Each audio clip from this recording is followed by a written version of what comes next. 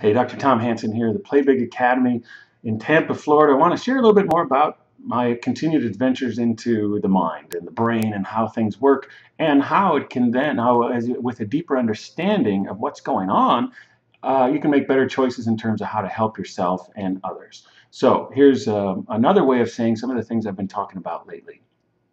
Let's take a quick example. Say I just say the Red Sox. The Red Sox. Now, good, bad? Who's to know? There's a bunch of you, hundreds, thousands maybe, that just were like, yeah, Red Sox. Oh, I love the Red Sox.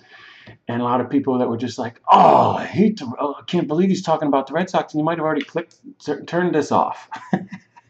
Well, what happens there? And a bunch of people in the middle of like, well, I kind of like this about them. I respect their devotion, the fan, something. You've got a thing on the Red Sox. Just pay attention to what happened to you there. So what happened there was we had a stimulus, and it goes into your mind, and it processes. But what is it? How does it process that?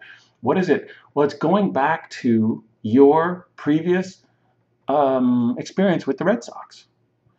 And everyone is different. Absolutely, every single person has a different association, at least nuanced. You might language it the same, but I can promise you everyone will have a slightly different nuance of what happens in them when I say Red Sox. So that's what happens, is that we store memories, and then when some information comes in, our mind goes back and pulls up our associations to it, and then it creates a reaction to it, and we'll have a physiological reaction. If it was dog, if I'd have said dog, oh, you might think, oh, I love dogs. Oh, yeah, I remember Peppy or Dusty. I remember, or you might be dog. What might come up is a dog that bit you. Maybe a dog bit you in the butt. And maybe a kind of dog. Then you're like, well, sort of a lassie kind of dog, like a collie dog, like I had growing up. Good dog. But maybe one bit you. If one bit you, next time you see that kind of dog, it's like, uh-oh, you come up in fear, right? Well, why? Because your mind went back to, I have an association with dog or that kind of dog or Red Sox. I have this reaction to the Red Sox. So that's what happens when people go into slumps, or in extreme case, when they have the yips. They might be throwing, dog, oh, that's good, dog, it's good dogs. And then one bites them, and now, problem with dog. Here's a dog. Now, all of a sudden, there's a problem. It's the same, throw. And you make a bad one, something happens, a coach gets on you, something happens. And now, instead of, I love to throw, now it's a threat. Now it's perceived as a threat. And that reptile that runs your show, that reptilian brain, says danger. Throw equals danger. When a throwing used to equal great, or putting, or chipping, or whatever it might be. And it's the same with a lesser thing like a slump. Is just like, I'm coming up to bat, or I've got this putt, or something, right? That used to be good. I've got these recent memories that are like, oh man, I haven't been going well. There's some danger, and when you see perceived danger here with your little reptile, boom, you're going to tighten up. You're going to want to run away, but you're going to freeze. You're going to fight. None of those are good for baseball or golf or really anything else, other than not being seen. If that's your goal, then it's good to stay still and freeze. Or if you want to run away, if there's time to run away, then that's really helpful. But in most of our sports, or whatever we're doing, that's not really helpful at this point. But that's what's wired in, and the lizard runs the show. So what do you do about that? Well, you have to go in and change the memories. You have to go and change the associations that you have. Like if you want to now be good with dogs, you have to go back and flip that memory so that it isn't remembering that way. And the good news is, if something is in the past, it's literally not real. It is not, yes, it did happen, but it is not happening now. The only place that would be happening now is in your head. And the good news is, if you know what to do, you know how to do it, you can change it and then change your association. You could take it to an extreme.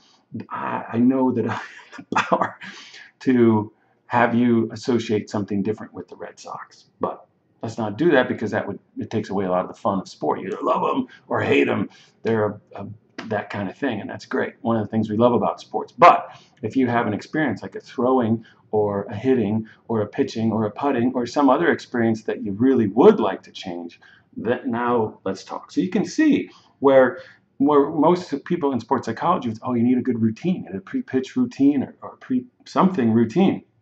Well, yes, but that's dealing with the body's physiological response to the situation. You have the situation, it's like, here's the Red Sox, or, here's this at bat. It kicks up stuff, man, I'm going to hit. Okay, so now have a routine and our breathing to deal with that reaction, to cope with that reaction. What I'm in, and that's great. I teach that too, teach it every day. And what's more powerful, I think you can see, would be to change that reflection or change that the memory so that, oh, when your mind goes, hey, at bat coming up or pitching, you go into your mind and you say, oh, yeah, great. Just like you did with your, a good dog. Oh, yeah, dog. Oh, I love dogs. You have that association with dogs, if that's your association with dogs. And so that's what you want when you're hitting well, when you're playing well, when you're whatever it is you're doing well, you have this buildup of positive association. So it's like, oh, okay, I'm going to do X. Oh, how's X? Oh, X is good. I have these positive associations with it. So you get this freedom and off you go. Or if perception is, oh, it's bad, this is dangerous, now you've got a lot of physiological responses that you have to overcome in order to play well. And you can do it. It's just not as easy as if the game is occurring as fun, as a fun challenge versus a threat. That's the main perception that we're after. So we live in an occurring world, and I just want to give a little bit of what I've been focused on, what I'm just seeing every day, many times, that's affecting people's performance. So hopefully that's helpful for you. So just pay attention to your own reactions today and say, wow, I have a set of beliefs and a set of experiences with that, like going to talk to a particular person or going anything that you might be doing today. You have a set of associations with it and you respond from an unconscious level with those programs. So what you want to do is bring them up to conscious, change them to what you want, and then you'll have a shot at playing with freedom, which is what we most want for you here at the Play Big Academy. And any of the programs that you might see on my site will help you do just